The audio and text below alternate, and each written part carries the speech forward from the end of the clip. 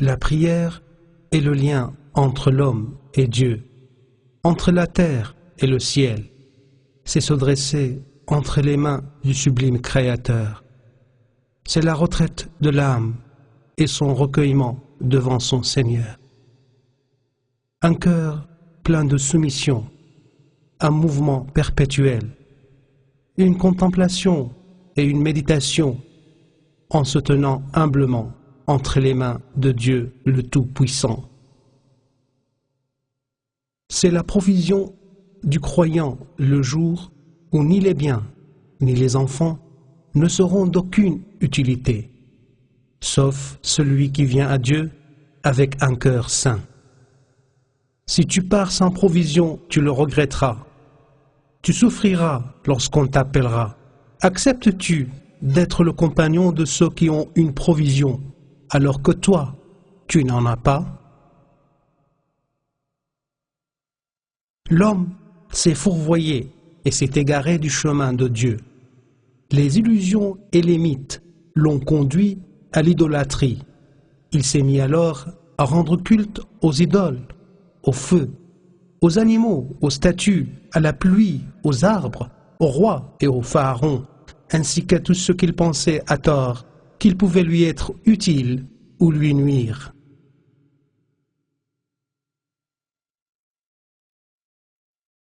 قل أتعبدون من دون الله ما لا يملك لكم ضرا ولا نفعا والله هو السميع العليم قل يا أهل الكتاب لا تغلوا في دينكم غير الحق ولا تتبعوا أهواء قوم قد ضلوا من قبل وأضلوا كثيرا وضلوا عن سواء السبيل. Ce fut la première vérité. فلما جن عليه الليل رأى كوكبا قال هذا ربي فلما أفل قال لا أحب الآفلين فلما رأى القمر بازغا قال هذا ربي فلما أفل قال لئن لم يهدني ربي لأكونن من القوم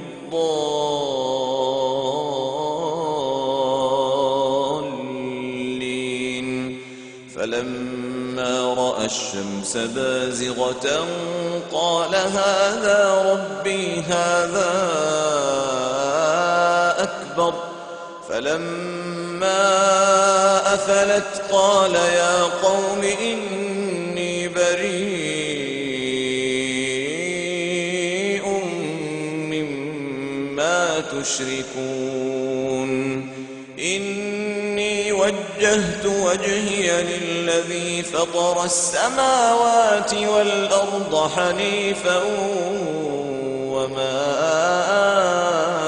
أنا من المشركين. Ce fut la deuxième vérité.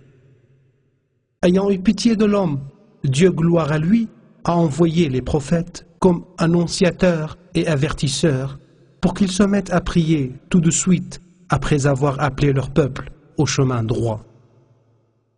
قل إن صلاتي ونسكي ومحياي ومماتي لله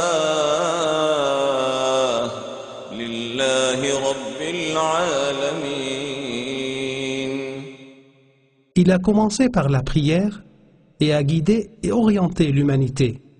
À qui adresse-t-on ces prières? À Dieu, Seigneur de l'univers. Ce fut la troisième vérité.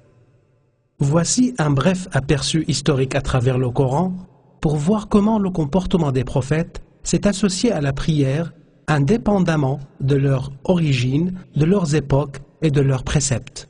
Abraham, que la paix soit sur lui,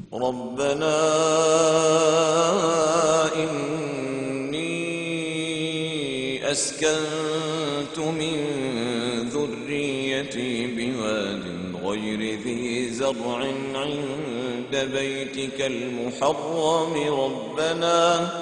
ربنا ليقيموا الصلاة فاجعل أفئدة من الناس تهوي إليهم وارزقهم من الثمرات لعلهم يشكرون. David, que la paix soit sur lui, وظن داود أنما فتناه فاستغفر ربه وخر راكعا وأناب. Zacharie, que la paix soit sur lui, فنادته الملائكة وهو قائم يصلي في المحراب. Shuaïb, que la paix soit sur lui, قالوا يا شعيب أصلاتك تأمرك أن نترك ما يعبد آباؤنا Moïse, que la paix soit sur lui, فاعبدني وأقم الصلاة لذكري. Jésus, que la paix soit sur lui, وأوصاني بالصلاة والزكاة ما دمت حيا. Muhammad, que la paix et le salut de Dieu soient sur lui, إن الصلاة كانت على المؤمنين كتابا موقوتا. Le prophète Mohammed, que la bénédiction et le salut de Dieu soient sur lui, dit « Le Bourak me fut emmené. C'est une monture blanche aux larges sabots, plus grande que l'âne et moins grande que le mulet. Je l'ai montée jusqu'à Jérusalem. Je l'ai attachée à l'anneau auquel les prophètes attachent leur monture, puis je suis entré à la mosquée et j'ai prié en me prosternant 2 fois. Ensuite, je suis sorti. L'ange Gabriel, que la paix soit sur lui, est alors venu. » Et le prophète d'ajouter, il nous a emmenés au 7e ciel. L'ange Gabriel a demandé la permission d'entrer. Qui est avec toi? Lui a-t-on demandé. Muhammad, a-t-il répondu. A-t-il été convoqué? Lui a-t-on demandé. Oui, il a certes été convoqué, a-t-il répondu. La porte s'est alors ouverte et j'ai vu Abraham adossé à la Kaaba qui est fréquenté chaque jour par 70 000 anges qui n'y retournaient plus. Puis il est allé à la Sidret al-Muntaha dont les feuilles ressemblaient aux oreilles d'éléphant et les fruits à la gargoulette. Et le prophète de poursuivre, lorsque le lotus fut couvert de la volonté de Dieu, il se transforma et personne ne pouvait le décrire tellement il était beau. C'est alors que Dieu me fit sa révélation et me prescrit 50 prières par jour. Je suis alors descendu voir Moïse qui m'a demandé « Qu'est-ce que Dieu a prescrit à ton peuple ?»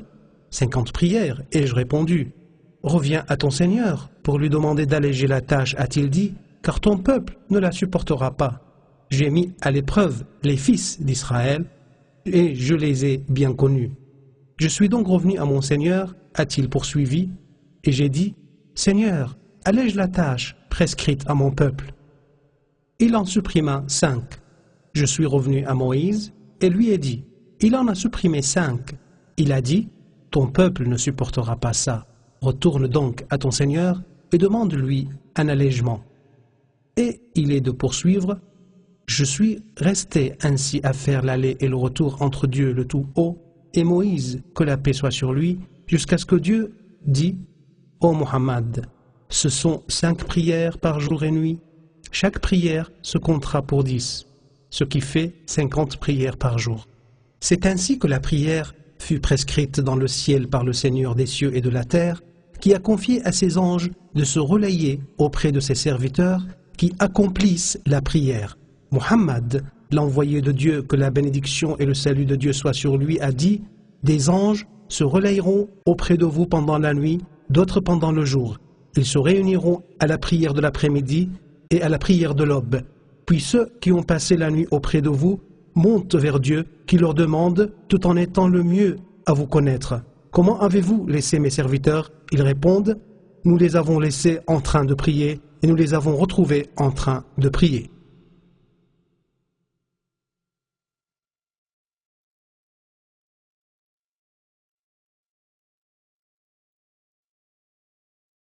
La prière. Elle a été citée des dizaines de fois dans le Coran et y est prescrite avec insistance. Un groupe de gens du feu ont péri pour avoir abandonné la prière. ما سلككم في سقر قالوا لم نك من المصلين. L'envoyé de Dieu, Muhammad, que la bénédiction et le salut de Dieu soient sur lui, a dit: si vous êtes en état d'impureté, Dieu n'accepte vos prières que si vous faites vos ablutions. Dieu a ordonné de se préparer à la prière par la purification en nettoyant la malpropreté et en éliminant l'excrément. Cela nécessite parfois de la part du musulman d'aller aux toilettes. Pour ce faire, quelques règles sont à observer par le musulman. Entrer du pied gauche et dire Bismillah, Allahumma inni a'udhu bika min al-khubuthi wal-khaba'ith. Sortir du pied droit et dire Ghufranak. Tâchez d'être à l'abri des regards en satisfaisant un besoin. Ne pas avoir sur soi des choses sur lesquelles le nom de Dieu est mentionné. Faire de son mieux pour ne pas satisfaire un besoin en s'orientant vers ou en tournant le dos à la Qibla. Ne pas parler en satisfaisant un besoin, sauf en cas de nécessité. Ne pas se nettoyer en utilisant ni un os, ni crotte, parce que ce sont les provisions des djinns. Ne pas utiliser la main droite pour se nettoyer de l'excrément, ni pour tenir l'organe. Le prophète, que la bénédiction et le salut de Dieu soient sur lui, a dit: il ne faut pas tenir l'organe avec la main droite en pissant, ni s'essoyer dans les toilettes en utilisant la main droite. Pour s'essoyer, les cailloux peuvent remplacer l'eau. Ils doivent être utilisés en nombre impair. L'eau et ses conditions. Il faut que la quantité d'eau soit suffisante pour les ablutions. Si la quantité en est insuffisante, on doit faire le tayammum, les ablutions sèches. L'eau doit être purifiante, c'est-à-dire qu'elle ne doit être mélangée ni à des produits purs, ni à des malpropretés. Si l'eau se trouve mélangée à des produits purs, comme l'eau de fleurs, le jus d'orange ou le jus de citron, elle devient pure et non purifiante. De même, si elle se mélange avec de l'excrément, comme l'urine ou autre, elle devient souillée. Dans les deux cas, l'eau n'est pas bonne pour les ablutions. Cependant, si l'eau change de qualité en raison de l'environnement, rien n'empêche de l'utiliser pour se purifier.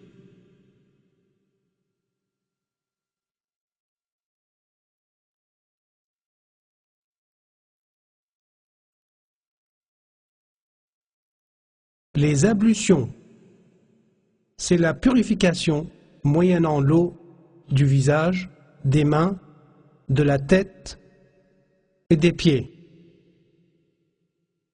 يا أيها الذين آمنوا إذا قمتم إلى الصلاة فاغسلوا وجوهكم وأيديكم إلى المرافق وامسحوا برؤوسكم وأرجلكم إلى الكعبين. Certains préceptes et conditions élémentaires sont à observer dans les ablutions.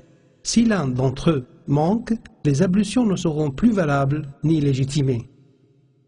Isbar, ou rinçage des membres avec abondance. Le isbar ne signifie pas l'usage inutilement excessif de l'eau dans les ablutions. إنه لا يحب المسرفين.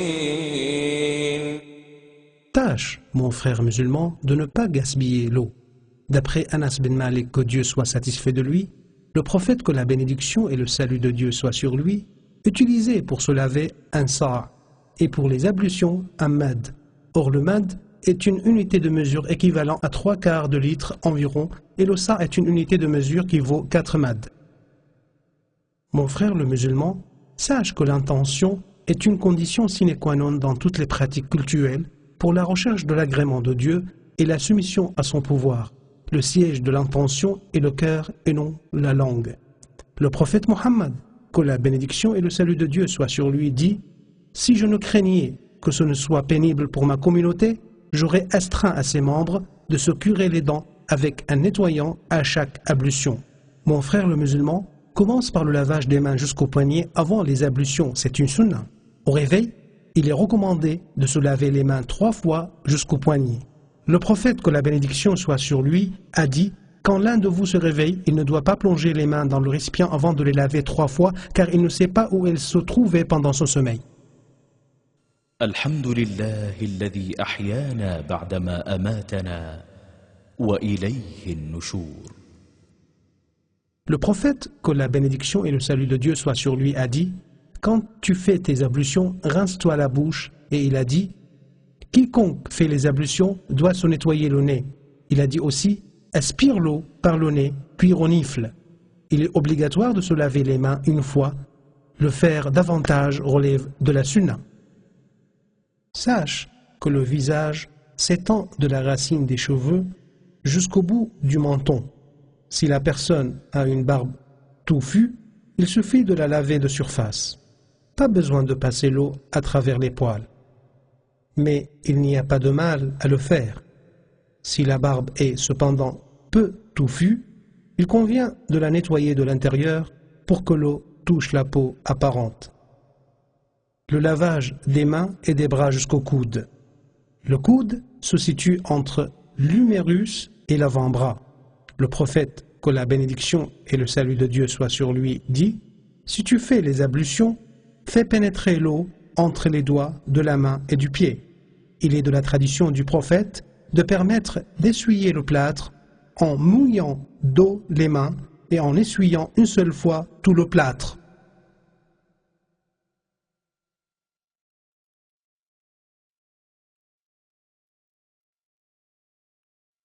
L'essuyage de la tête. Abdullah bin Zayd racontait que le prophète, que la bénédiction et le salut de Dieu soient sur lui, s'essuyait la tête avec les 2 mains en un mouvement de va-et-vient, et commençait par les racines jusqu'à l'arrière de la chevelure, puis il revenait au point de départ. Tâche, mon frère le musulman, d'essuyer les oreilles en utilisant l'eau qui te reste dans les mains après l'essuyage de la tête. Le prophète, que la bénédiction et le salut de Dieu soient sur lui, a dit: les oreilles font partie de la tête. Il est permis aussi d'essuyer le turban ou le voile. Amr bin Umayya al-Dumari racontait: j'ai vu le prophète, que la bénédiction et le salut soient sur lui, passer la main sur son turban et ses chaussons.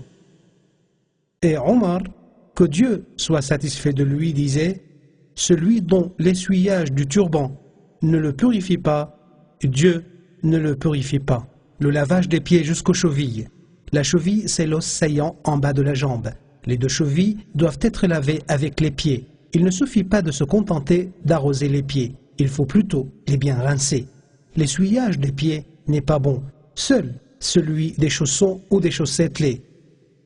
Le prophète, que la bénédiction et le salut de Dieu soient sur lui, a dit: Waylun lil-a'qabi min an-nar, asbighu al-wudu'. Safwan bin Ghassan, que Dieu soit satisfait de lui, a dit: le prophète, que la bénédiction et le salut de Dieu soient sur lui, nous a ordonné d'essuyer nos chaussons 3 fois en voyage, si on les a mises alors qu'on était pur, de les essuyer pour 1 jour et 1 nuit en cas de repos, et de ne les enlever que pour se purifier d'un excrément. Le cas échéant, le musulman, l'on doit enlever ses chaussons et se purifier le corps avant de les porter de nouveau, et ainsi de suite. L'essuyage de chaussons se fait une seule fois, du bas vers le haut.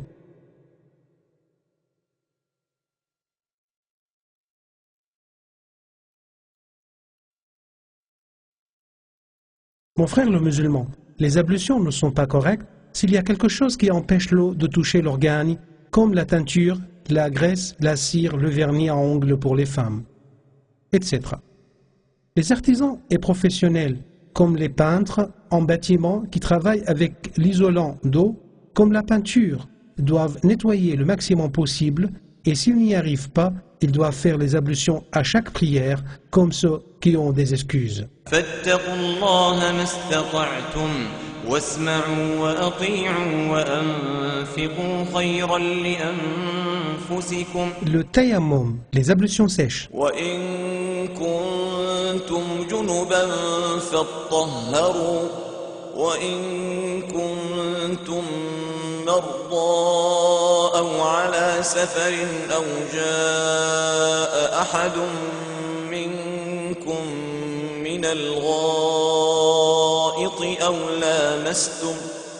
أو لامستم النساء فلم تجدوا ماء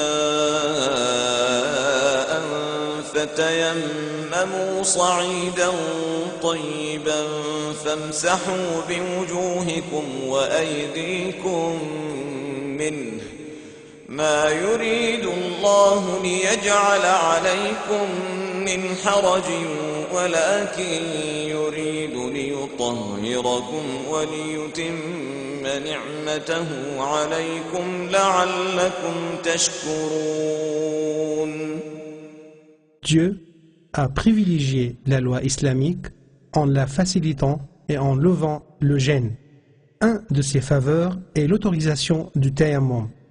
L'envoyé de Dieu, que la bénédiction et le salut de Dieu soient sur lui, a dit « Dieu nous a privilégiés par trois choses, parmi lesquelles il a cité le fait que toute la terre est pour nous une mosquée, et tout le sol est purificateur en cas d'absence d'eau. Sache, mon frère le musulman, que le tayammum est permis aussi bien pour les personnes en voyage qu'en repos, et ce en cas de manque ou d'insuffisance d'eau, ou si l'on craint de l'utiliser en cas de peur ou de maladie ou de contrainte. Caractéristique du tayammum. Toucher le sol par la paume de la main, puis essuyer le visage et les mains avec et dans l'ordre indiqué.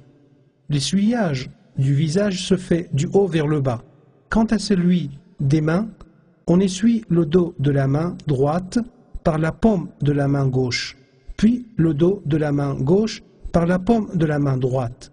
Quiconque de vous fait les ablutions en prodiguant, puis dit أشهد أن لا إله إلا الله وحده لا شريك له وأشهد أن محمدا عبده ورسوله verra les 8 portes du paradis s'ouvriront pour lui et il entre par là où il veut. C'est un signe de clémence de la part de Dieu envers les musulmans que de leur avoir utilisé l'appel à la prière pour leur rappeler que le temps de la prière est venu afin qu'ils s'y préparent et répondent à l'appel de Dieu.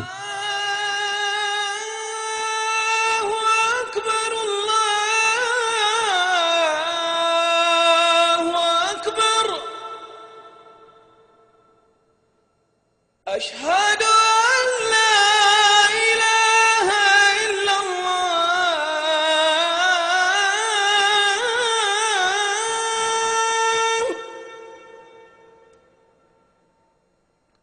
أشهد أن لا إله إلا الله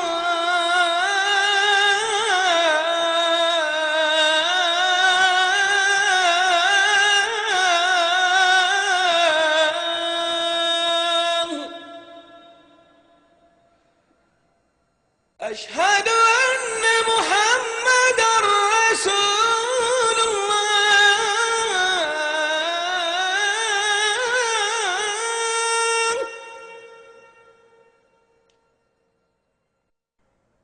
أشهد أن محمدا Cela concrétise par la répétition de l'adhan avec le muezzin, sauf lorsqu'il dit Hayya ala salat, Hayya ala al-falah. Venez à la prière, accourez au salut, on doit dire alors La hawla wa la quwwata illa billah. Il n'y a de force et de puissance qu'en Dieu. De même, lorsqu'à la prière de l'aube, le muezzin dit As-salatu khayrun min an-nawm. La prière est mieux que le sommeil. Répète-le après lui, et lorsqu'il dit Qad qamat as-salat, la prière a commencé, on dit Qamaha, Allahu wa adamaha.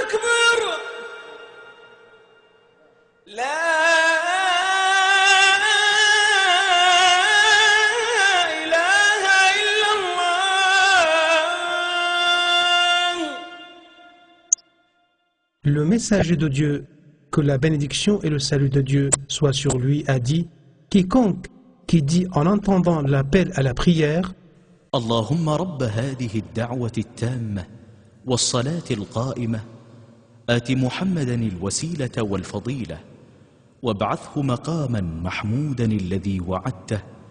jouis de ma protection le jour du jugement dernier. La prière, c'est la mère des cultes, le pilier de la religion et la clé du paradis. C'est la première chose sur laquelle sera jugé le serviteur de Dieu le jour du jugement dernier. L'envoyé de Dieu, que la bénédiction et le salut de Dieu soient sur lui, a dit: la première chose sur laquelle sera jugé le serviteur de Dieu le jour du jugement dernier, c'est la prière. Si elle a été bien accomplie, le reste de ses actes serait jugé bon. Si elle a été avariée, le reste de ses actes serait désavoué. Vu son importance majeure, Dieu n'en a dispensé aucun des fidèles, ni même les malades, ni les voyageurs, ni que l'on vive en sécurité ou dans la peur. Il n'en a même pas déchargé les combattants, les moudjahidines, qui luttent dans la voie de Dieu lorsqu'ils affrontent l'ennemi. Condition de la prière.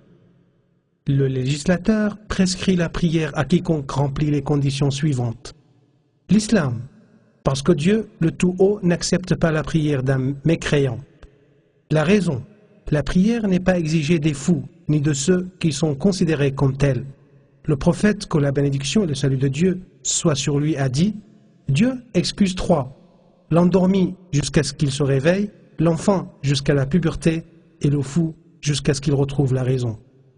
L'adolescence. Cependant, il faut sommer l'enfant de prier avant même la puberté pour qu'il s'habitue et qu'il apprenne. Le prophète, que la bénédiction et le salut de Dieu soient sur lui, a dit: sommez vos enfants de prier à l'âge de 7 ans et tapez-les s'ils ne l'accomplissent pas à l'âge de 10 ans. L'épuration de la menstruation et de l'accouchement. L'heure de la prière. La prière ne se fait pas avant l'heure, car Dieu le Tout-Haut a dit: إن الصلاة كانت على المؤمنين كتابا موقوتا. Tâche donc, mon frère le musulman, d'accomplir la prière et de ne jamais la négliger, car Dieu a sévèrement menacé les négligents. Dieu le Tout-Haut a dit: فويل للمصلين الذين هم عن صلاتهم ساهون. Le prophète, que la bénédiction et le salut de Dieu soient sur lui, a dit: le serment qui nous distingue d'eux, c'est la prière. Quiconque l'abandonne est certes mécréant. La préparation pour la prière. Le musulman doit se préparer à la prière par la purification de l'âme, du corps et des lieux. Il faut cacher les points vulnérables du corps avec des vêtements purifiés. Sache aussi, mon frère le musulman, qu'il est illicite de prier en portant des vêtements qui montrent les points vulnérables comme les habits étroits et transparents. Il en est de même pour tout ce qui révèle un point vulnérable pendant la prière, telles les chemises courtes ou les pantalons serrés qui montrent lors de l'inclinaison et de la prosternation une partie du dos proche du point vulnérable. Cela rend la prière vaine. Sache, mon frère le musulman, qu'il est possible de prier sans se couvrir la tête. Il est cependant préférable d'avoir une tenue parfaite. Dieu le Tout-Haut a dit: يا بني آدم خذوا زينتكم عند كل مسجد. Le messager de Dieu, que la bénédiction et le salut de Dieu soient sur lui, a dit: Dieu mérite le mieux qu'on se prépare pour lui. 3. Il faut s'orienter autant que possible en direction de la Qibla. Dieu le Tout-Haut a dit: ومن حيث خرجت فول وجهك شطر المسجد الحرام وحيث ما كنتم فولوا وجوهكم شطره. Le musulman doit faire de son mieux pour s'orienter vers la Qibla. Si après avoir prié, il se rend compte que son orientation était fausse, il n'est pas obligé de refaire sa prière. Seuls sont dispensés de se tourner vers la Qibla les gens incapables de le faire, tels les malades et les gens terrorisés ou contraints à ne pas observer ce principe de base, ou encore dans la prière aumône quand on n'est pas sur terre. Comment prier? Mon frère le musulman, quand tu commences ta prière, souviens-toi de la grandeur de Dieu. Ressens-la dans ton cœur Concentre-toi en t'humiliant entre ses mains. Gloire à lui. Tu trouveras alors le salut. Dieu le Tout-Haut a dit: قد أفلح المؤمنون الذين هم في صلاتهم خاشعون. Résous-toi de prier et sache que l'intention émane du cœur. La langue n'y est pour rien. En effet, le prophète, que la bénédiction et le salut de Dieu soient sur lui, commençait la prière en disant: Allahu Akbar. Tâche de faire de même en levant les deux mains. En effet, le prophète, que la bénédiction et le salut de Dieu soient sur lui, levait les mains jusqu'aux épaules et jusqu'aux oreilles en disant Allahu Akbar. Il serait faux de faire autrement. Sache aussi qu'on lève les mains dans 4 états. La première fois, lors de Takbirat al-Ihram. La deuxième, lorsqu'on s'apprête à s'agenouiller. La troisième, en se mettant debout après la génuflexion. Et la quatrième, lorsqu'on se met debout après le premier tashahhud. Tiens ensuite avec la main droite le poignet de la main gauche et mets-les sur la poitrine ou la torse. Il est faux de mettre les mains sur le nombril ou au-dessous. Il n'est pas bon non plus de laisser tomber les mains. Tente de fixer le regard sur le lieu de ton agenouillement parce que ça mène à l'humilité. Tâche de regarder là où tu te prosternes car cela inspire davantage l'humilité et la soumission. Après Takbirat al-Ihram, le prophète, que la bénédiction et le salut de Dieu soient sur lui, commençait en disant سبحانك اللهم وبحمدك وتبارك اسمك وتعالى جدك ولا إله غيرك.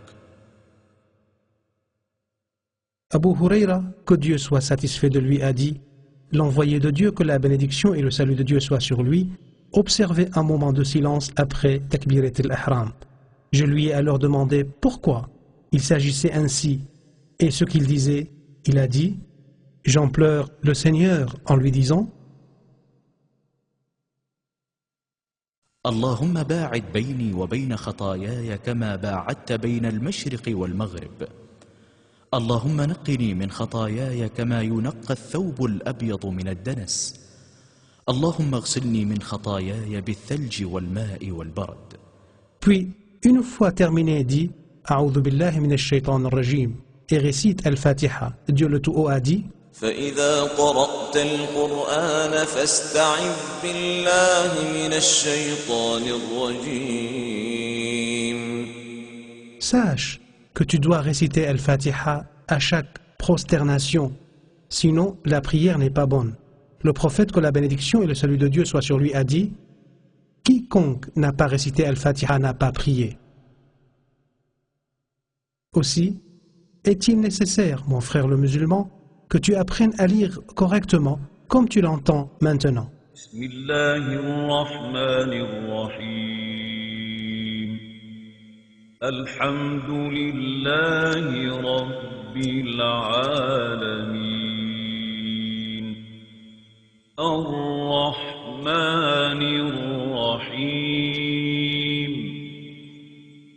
مالك يوم الدين إياك نعبد وإياك نستعين اهدنا الصراط المستقيم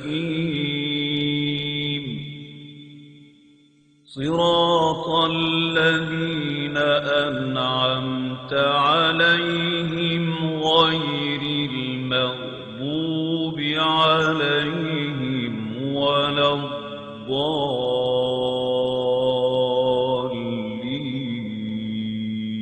Lire Al-Fatiha est une obligation pour l'imam comme pour le fidèle qui prie seul. Celui qui fait la prière derrière un imam, lire Al-Fatiha est une obligation dans les prières et les génuflexions discrètes, mais lorsque l'imam récite à haute voix, il convient aux personnes qui prient d'écouter et d'observer le silence. Dieu, le Tout-Haut, a dit: وإذا قرئ القرآن فاستمعوا له وأنصتوا لعلكم ترحمون. Le prophète, que la bénédiction et le salut de Dieu soient sur lui, a dit « Quiconque prie derrière un imam, la lecture de celui-ci devient la sienne. » Cependant, si l'imam cesse de réciter, la personne qui prie derrière lui peut elle-même réciter. L'imam ne doit pas faire exprès de garder longtemps le silence entre le Fatiha et le verset, car le prophète ne le faisait pas.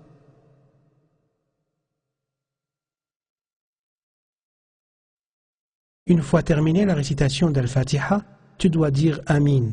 آمين. C'est aussi vrai pour l'imam que pour la personne qui prie derrière, ainsi que pour la personne qui prie seule. Le prophète, que la bénédiction et le salut de Dieu soient sur lui, a dit « Lorsque l'imam dit Amin, dites-le aussi, car Dieu pardonne les futurs péchés à quiconque dit Amin en même temps que les anges. Lorsque tu finis de dire Amin, lis ce que tu peux du Coran. Tu peux en lire autant que tu voudras, mais lis ce qui décèle un sens coranique complet. Ensuite, proclame la grandeur du Seigneur en disant Allahu Akbar, puis incline-toi. » L'inclinaison est le fait de se pencher en avant en courbant le dos avec la tête et le cou, jusqu'à ce que les mains touchent les genoux.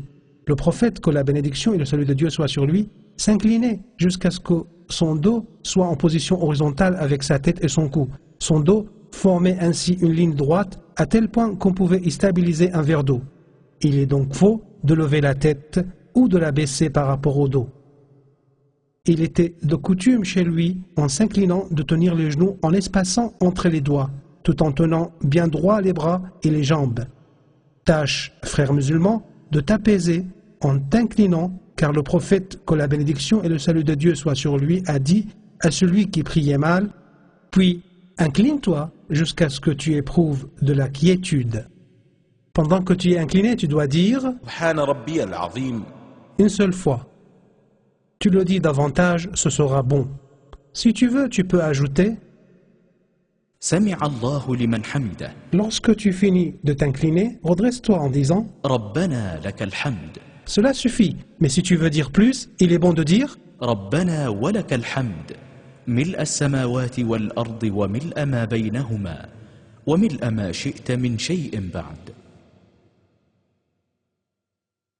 Cependant, ajouter le mot wal shukr à Rabbana wa lakal hamd ne relève pas de la tradition. Il faut donc s'en méfier.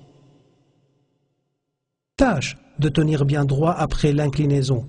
Le prophète, que la bénédiction et le salut de Dieu soient sur lui, a mis en garde contre toute négligence à cet égard. Il a en effet dit une prière où l'on ne se tient pas tout droit entre l'inclinaison et la prosternation n'est pas rétribuée. La prosternation. La prosternation dans la prière consiste en particulier à permettre aux 7 organes de bien toucher la terre. Les 7 organes sont le front avec le nez, les 2 mains et les 2 genoux, et les pointes des 2 pieds. Le prophète, que la bénédiction et le salut de Dieu soient sur lui, a dit « La prière de celui dont le nez ne touche pas la terre en priant n'est pas exacte. » Il faut aussi espacer entre les bras et le flanc et entre les cuisses et le ventre. Tiens droit les pieds et joins-les en pointe. Il ne faut pas non plus coller les bras à terre, car c'est là une faute très fréquente. Évite surtout de coller les bras au sol. C'est une erreur que certains commettent. Le prophète, que la bénédiction et le salut de Dieu soient sur lui, a dit « Prosternez-vous avec modération et ne tendez pas les bras comme font les chiens. » N'oublie pas, mon frère le musulman, de te prosterner en toute quiétude. Le prophète, que la bénédiction et le salut de Dieu soient sur lui, a interdit le béquet de corbeau, c'est-à-dire le fait de ne pas prendre son temps en se prosternant. Il faut donc se prosterner tranquillement et dire une seule fois au moins سبحان ربي الأعلى. Et il est bon de le dire davantage. À la prosternation, implore Dieu autant que tu voudras. Le prophète, que la bénédiction et le salut de Dieu soient sur lui, a dit « Le moment de la prosternation est celui où le serviteur est le plus proche de son Seigneur. » Il est d'usage de lever quelque chose au malade pour qu'il s'y prosterne. Mais c'est faux, car ça le fatigue et le gêne. Le musulman doit en fait faire de son mieux, sans exagération, ni gêne, ni peine, car l'homme doit faire ce qu'il peut.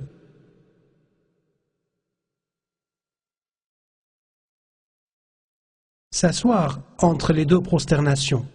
Après un prosternement serein, mets-toi bien assis. Une fois que le prophète, que la bénédiction et le salut de Dieu soient sur lui, levait la tête, il ne se prosternait à nouveau qu'après s'être assis tout droit. Il étendait la jambe gauche pour s'installer dessus, élevait un peu la jambe droite, puis déposait les mains sur les cuisses en les orientant vers la Qibla, puis disait « Rabbi ghfirli ». Il ajoutait parfois « Allahumma ghfirli warhamni wajburni wahdini warzuqni ».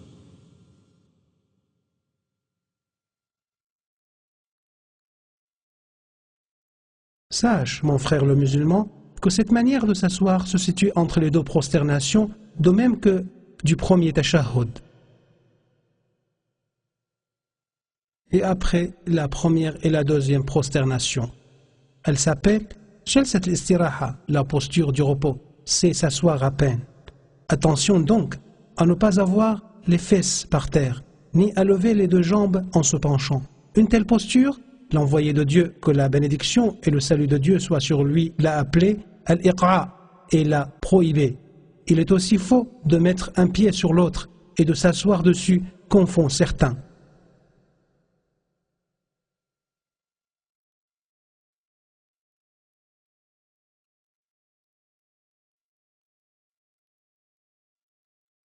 S'asseoir pour le dernier tashahhud.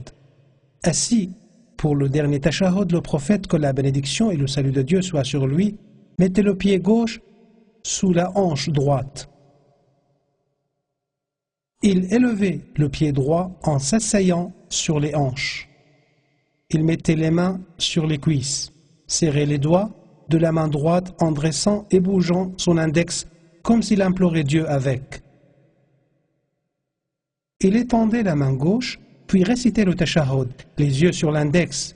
Cette posture qui implique les hanches ne se fait qu'à la troisième et la quatrième prosternation. Elle n'a pas lieu dans les prières qui se limitent à deux génuflexions, telles la prière de l'aube, celle du vendredi et la nafila. Le tashahhud. Certains des compagnons du prophète, que la bénédiction et le salut de Dieu soient sur lui, racontaient: le prophète, que la bénédiction et le salut de Dieu soient sur lui, nous apprenait à tashahhud comme il nous apprenait le Coran. L'on racontait aussi que le prophète, que la bénédiction et le salut de Dieu soient sur lui, leur demandait de dire قولوا التحيات لله والصلوات والطيبات السلام عليك أيها النبي ورحمة الله وبركاته السلام علينا وعلى عباد الله الصالحين أشهد أن لا إله إلا الله وأشهد أن محمدا عبده ورسوله.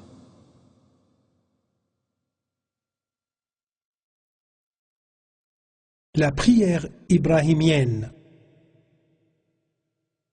Quand il finissait le dernier at-tashahhud, il priait pour sa bénédiction et son salut et apprenait à ses compagnons de le faire en disant: dites اللهم صل على محمد وعلى آل محمد كما صليت على إبراهيم وعلى آل إبراهيم إنك حميد مجيد اللهم بارك على محمد وعلى آل محمد كما باركت على إبراهيم وعلى آل إبراهيم إنك حميد مجيد.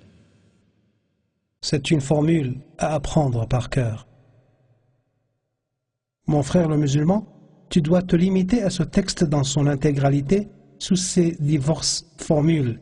Il est illicite d'affabuler des récits car les pratiques cultuelles sont stables. L'invocation après le tashahhud. Après le tashahhud et avant le dernier salut, tâche d'invoquer Dieu en formulant les vœux que tu souhaites. Le prophète, que la bénédiction et le salut de Dieu soient sur lui, disait: اللهم إني أعوذ بك من عذاب جهنم وأعوذ بك من عذاب القبر وأعوذ بك من فتنة المسيح الدجال وأعوذ بك من فتنة المحيا والممات. Le salut. C'est l'un des principaux piliers de la prière sans lequel celle-ci s'avère inexacte. Le prophète, que la bénédiction et le salut de Dieu soient sur lui, le faisait en commençant par la droite tout en disant السلام عليكم ورحمة الله auquel il ajoutait parfois وبركاته. Puis il se tournait à gauche et disait السلام عليكم ورحمة الله Tâche, mon frère le musulman, de prier comme le faisait notre prophète, que la bénédiction et le salut de Dieu soient sur lui, car en accomplissant la prière, certains font et disent des choses sans fondement, dont le fait de faire signe de la main droite lors du salut et de la main gauche en faisant le salut vers la gauche. Remuer la tête lors des deux saluts, chose proscrite par le prophète, que la bénédiction et le salut de Dieu soient sur lui. Certains se contentent de saluer une seule fois, faute de temps. C'est ce que nous remarquons clairement à la Kaaba, près de la pierre noire. Mais tout cela est faux, car le prophète, que la bénédiction et le salut de Dieu soient sur lui, saluait 2 fois.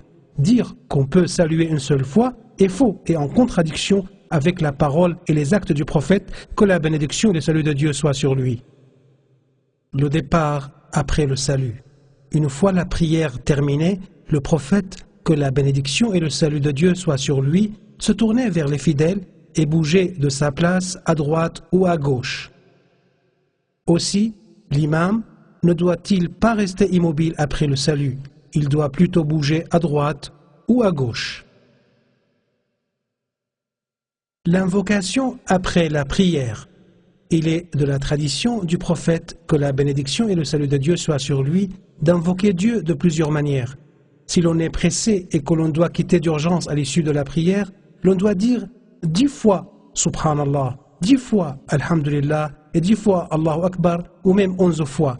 Parmi les invocations les plus connues, celle qui consiste à implorer le pardon de Dieu en disant 3 fois Astaghfirullah, ou de dire Allahumma anta as-salam wa minka as-salam, tabarakta ya dhal jalali wal ikram. L'on peut dire aussi La ilaha illallah wahdahu la sharika lah, lahul mulku wa lahul hamd, wa huwa ala kulli shay'in qadir. Allahumma la mani'a lima a'tayt, wa la mu'tiya lima mana'at, wa la yanfa'u dhal jaddi minka al-jadd. L'on peut dire aussi La ilaha illallah wahdahu la sharika lah, lahul mulku wa lahul hamdu wa huwa ala kulli shay'in qadir. Wa la hawla wa la quwwata illa billah, wa la na'budu illa iyyah. له النعمة وله الفضل وله الثناء الحسن. لا إله إلا الله مخلصين له الدين ولو كره الكافرون.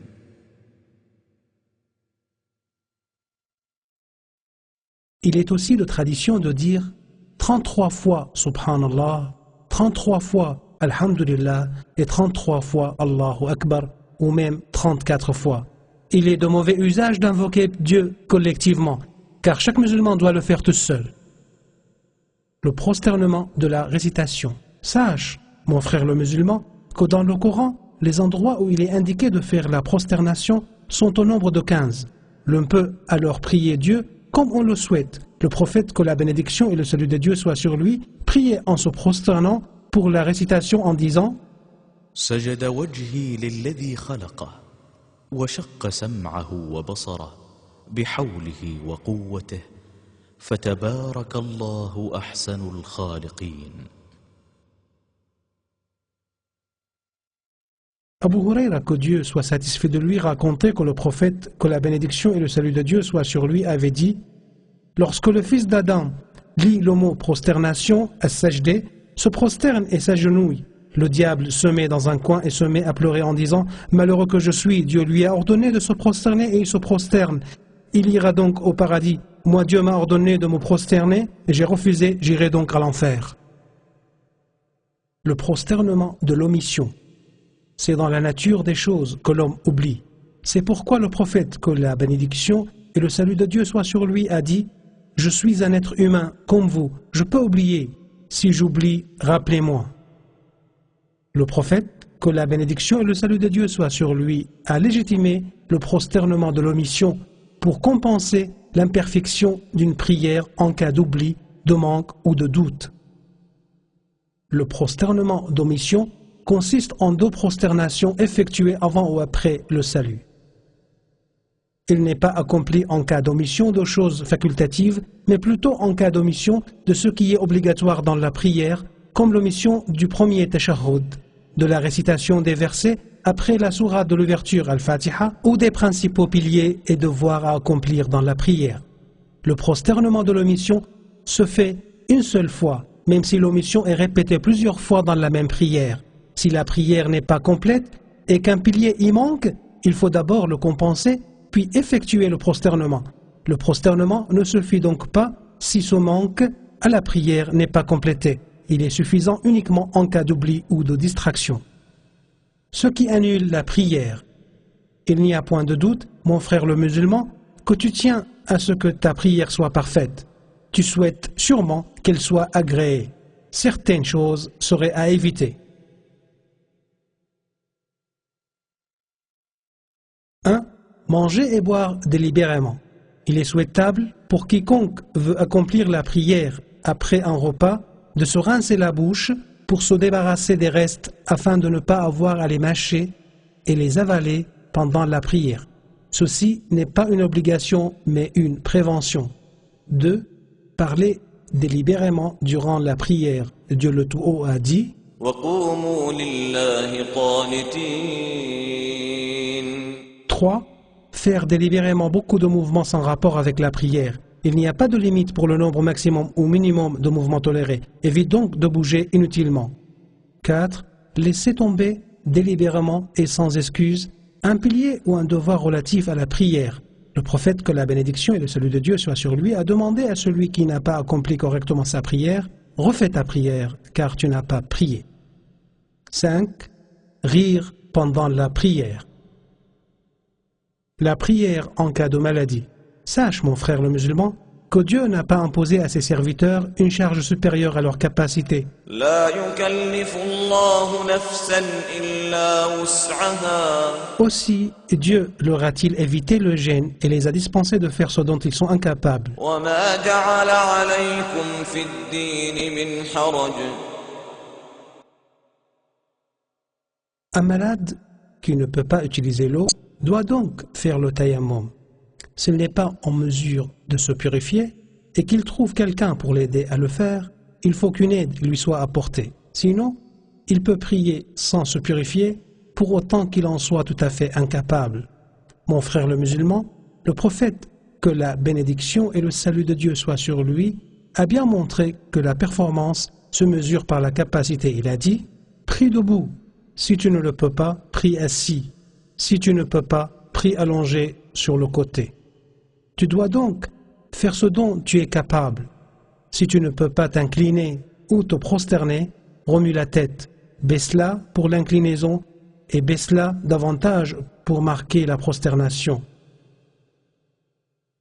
S'il t'est impossible de remuer la tête, remue les yeux pour simuler les principales étapes de la prière. Ferme-les à moitié pour marquer l'inclinaison et totalement pour la prosternation. Si tu n'y arrives pas, contente-toi d'accomplir la prière avec la langue ou le cœur. Si ce n'est pas possible par la langue, fais-la avec le cœur. Sache aussi qu'un malade qui perd la conscience doit accomplir les prières qu'il a ratées durant son évanouissement. Et ce, à l'instar de la personne endormie. S'il perd longtemps conscience, il ne sera plus obligé d'accomplir les prières qu'il a ratées, tout comme l'aligné mental ou le fou qui revient à la raison. Certains ont fixé cette durée de perte de conscience à 3 jours. Si le malade prie allongé sur le côté, qu'il tourne la tête en direction de la qibla.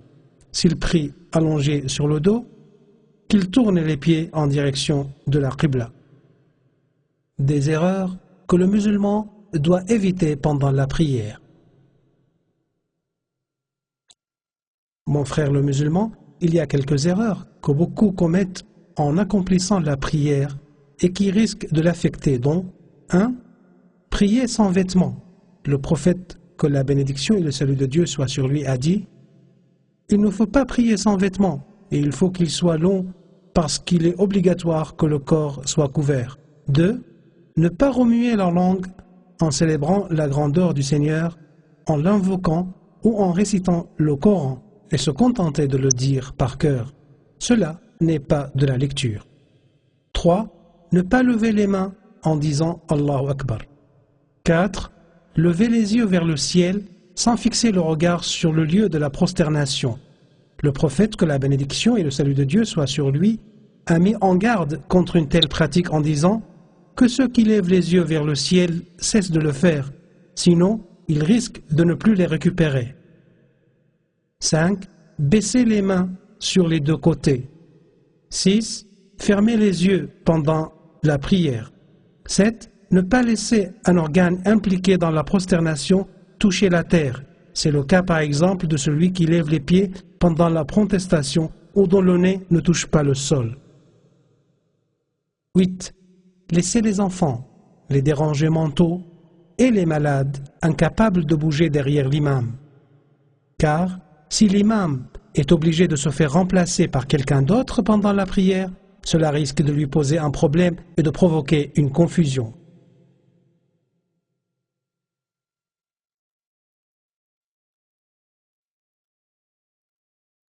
« 9. Attendre, après son arrivée, que l'imam, qui se trouve assis ou en prosternation, commence une nouvelle génuflexion. 10. Ne pas bien dire Allahu Akbar. L'on risque alors de commettre des barbarismes, ce qui pourrait affecter la prière. La manière dont prient les femmes. Les caractéristiques de la prière sous-mentionnées sont communes à tous les hommes et les femmes. Aucune différence entre eux, sauf en ce qui suit.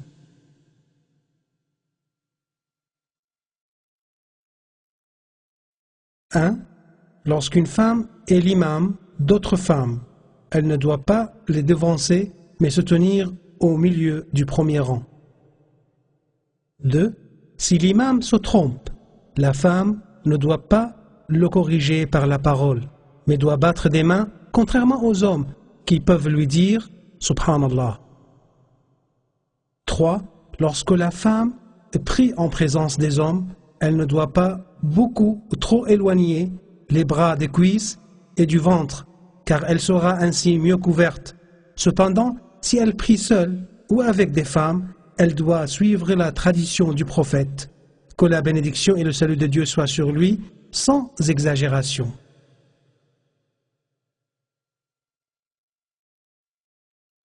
4.